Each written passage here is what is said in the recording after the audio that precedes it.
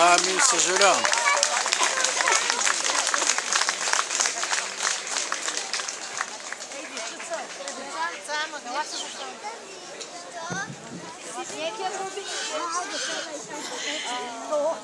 Добър ден на всички, добре дошли. Времето е с нас, но ако завали, ще ни измия мръсотиите. И това трябва.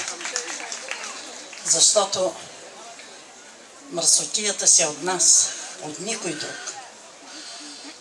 Затова да си пазим родината, да си обичаме децата, си обичаме семейството. И както видяхте, радостта пред вас, това е младото поколение на уважение заради нас и заради всички нас. Аз на всички вас пожелавам силата и здравето на скалите, годините на орлите и не забравяйте, че това е